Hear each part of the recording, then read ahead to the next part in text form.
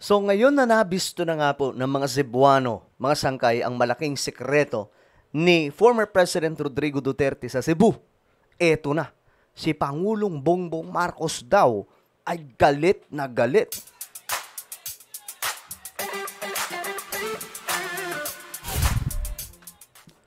Yo, what's up mga sangkay? This is me. I'm back for another vlog. How are you guys? Okay, ito pag-usapan po natin itong reaksyon ni BBM nung nabisto nga po ang malaking sikreto ni Tatay Digong doon po sa Cebu. Aba, mga sangkay, nag-alboruto daw po sa galit si PBBM. Kung ano yan, pag-uusapan po natin. Anyway, bago tayo magtuloy-tuloy, no? Sa mga hindi pa po dyan nakakapag-subscribe, kung gusto nyong mapabilang sa patuloy na dumaraming mga solid sangkay, kasi ngayon, road to 2 million subscribers na po tayo. So, kung gusto nyong mapabilang, makikita nyo po yung subscribe button sa baba ng video na to. I-click nyo lamang po yan. Tapos i-click nyo yung bell at i-click nyo po yung all. Sa mga nanonood po sa Facebook, i-follow nyo po yung ating Facebook page. Shoutout po sa lahat ng mga solid sangkay na nanonood ngayon. May mga nanonood sa atin sa tindahan, sa palengke, sa mga bahay habang nagkakape, habang nagmamaneho, nagdadrive. Okay? Salamat po sa inyong lahat, sa inyong tiwala, sa inyong walang sawang suporta. Shoutout po sa inyong lahat. Okay. So, this is it, guys. Ito nga po, mga sangkay, si PBBM, galit na galit. Nung mabisto, itong mga ghost project sa flood control sa Cebu. Alam niyo sino nag-reveal? DDS mismo. Sino yon mga sangkay? Itong si Governor Pam. Siya po, ito DDS to, legit tong DDS mga sangkay. Ito yan siya. Oh. Ayan. Nakikita nyo? Kasama ni Governor Pam si former President Rodrigo Duterte. Pero ni-reveal niya po dito, ito, pakinggan niya lamang po natin saglit. So, has it been many years that the past administration, or that the province has been receiving flood control funding? Ilang taon na po? Alam niyo po ba ilang taon na? Panahon pa po ba ni Duterte? Tinanong ng ganyan, anong sagot ni Governor Pam? Medyo ano siya dito mga sangkay, medyo nahirapan pa po siyang sagutin na. Kasi yun yung totoo eh. No choice pa rin siya. Sinagot niya mga sangkay. Ganun po ba hanggang ngayon? I think 2019. 2019. Sinong presidente at the time? Si PRRD. Malamang. 2019. 2019. Yeah, 2019, yes. So, noong 2016, it was also your predecessor, Governor Gwen Garcia, who was sitting in that chair. Were there flood control projects being built in Cebu then? Well, it's not for me to say, but what I can tell you is 2019 nagsimula. Okay, all right. Ano po ba? 2019 nagsimula ang alleged corruption? Ganun po ba sa flood control? I suppose. All right. 2019, nagsimula. Natawa pa nga po siya dito eh. 'Di ba?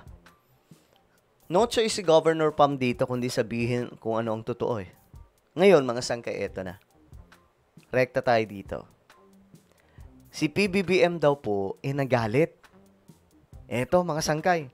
Galit na daw po si PBBM. Galit na ang Pangulo. Pinaiimbestigahan na niya ang flood control project sa Cebu matapos ang matinding pinsalang iniwan ng bagyong Tino. Grabe. Alam niyo, sobrang sa mga Bisaya, mga Cebuano natin, mga kababayan dyan, napagtripan kayo. Napagtripan kayo. Kaya dapat singilin ninyo kung sino ang may gawa nito. Kita sa mga video ang lumubog na mga kabahayan, sasakyan at iba pang mga ari-arian. Ayon kay Palace Press Officer Claire Castro, kung galit ang mga Cebuano, ganoon din ang pakiramdam ng Pangulo.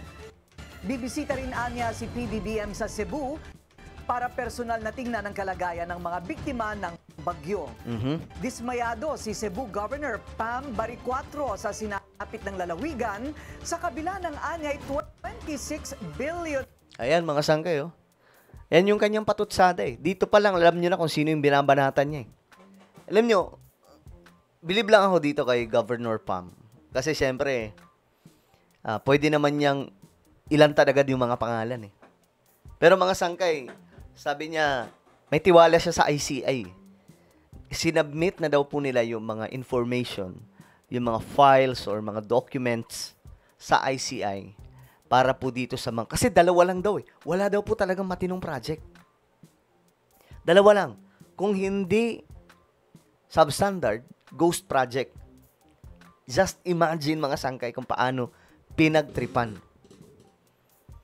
Kung napanood nyo yung una kong vlog bago ito, mag-gets nyo. Doon niya po ni-reveal mga sangkay na talagang sabi niya, wala eh. Ghost, kung hindi ghost, substandard. Imagine niyo yan mga sangkay.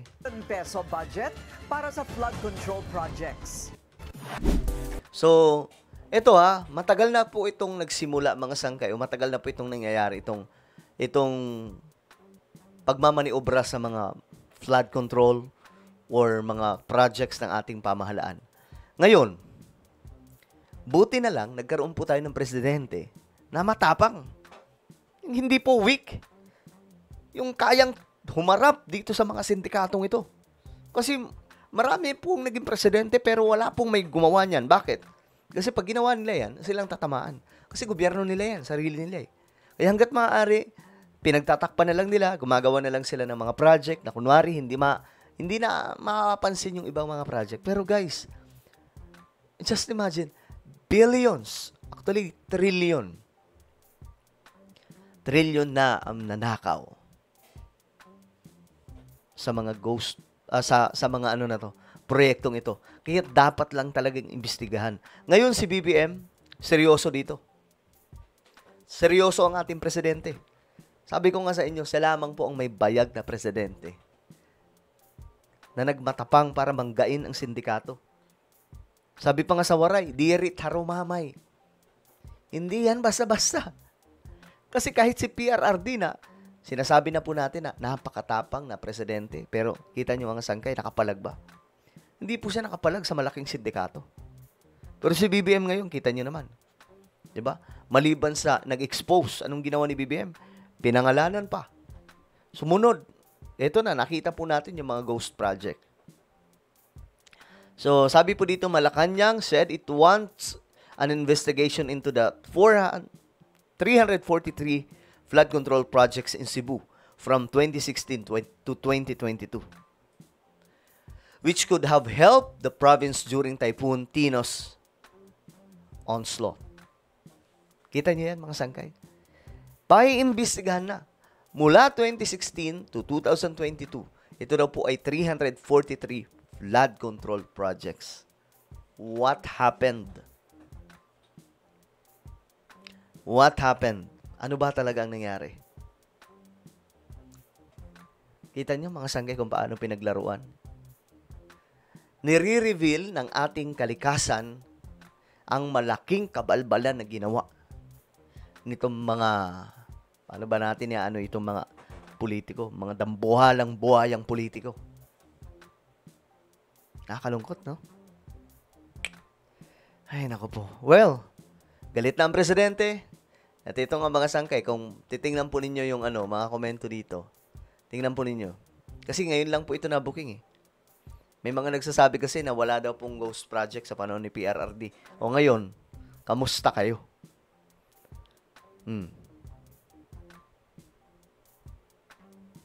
Sabi dito, most likely it started 2016, not just 2019. Sabi ng isa dito. Panagutin, 2019 president. Mga sangkay, diba? This happened in Cebu to expose the corruption that happened and happening. Grabe mga sangkay. So sana may mapanagot kasi kung walang mapapanagot dito si PBBM, magmumukha siyang inutil dito. Well, nakita ko naman po kay PBBM na seryoso siya dito sa pagpapanagot dito sa mga halimaw na may mga kasalanan sa sambayan ng Pilipino. Ano po ang inyong opinion? Comment down below. Meron po tayong YouTube channel, Sangkay Revelation. Hanapin nyo po ito sa YouTube ngayon din. Kapag nakita nyo na, i-click nyo po yung subscribe. Click ang bell at i-click nyo po yung all. Ako na po ay magpapaalam. Mag-iingat po ang lahat. God bless everyone.